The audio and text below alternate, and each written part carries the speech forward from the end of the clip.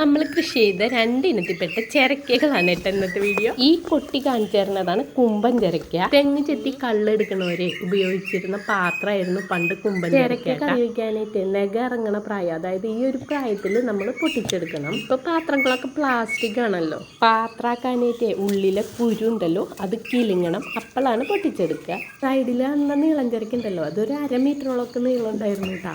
കുമ്പൻ ചിരക്ക് നല്ല ടേസ്റ്റ് ഉണ്ടായിരുന്നു. അതൊരു 6 കിലോത്തോളൊക്കെ തൂക്കം വന്നിരുന്നു. അപ്പം നമ്മൾ 2 മാസം കൂടുമ്പോൾ ഇതിന് ചാണപ്പൊടിയോ അല്ലെങ്കിൽ കോഴിക്കാട്ടോ അങ്ങനത്തെ ജൈവവളങ്ങളാണ് ഉപയോഗിച്ചിരുന്നത്.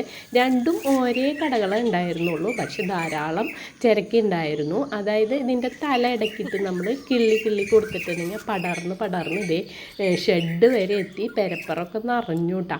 അപ്പോൾ പറമ്പിലുള്ളതും അങ്ങനെ തന്നെയായിരുന്നു. ഒരേ കട ചിരക്ക നട്ടിട്ടുണ്ടെങ്കിൽ നമുക്ക് ഒരു 6 മാസത്തോളം വിളവെടുക്കാൻ സാധിക്കും. അപ്പോൾ ഈ വീഡിയോ ഇഷ്ടപ്പെട്ട ലൈക്ക് ചെയ്ത് സപ്പോർട്ട് ചെയ്യാൻ മറക്കല്ലേ.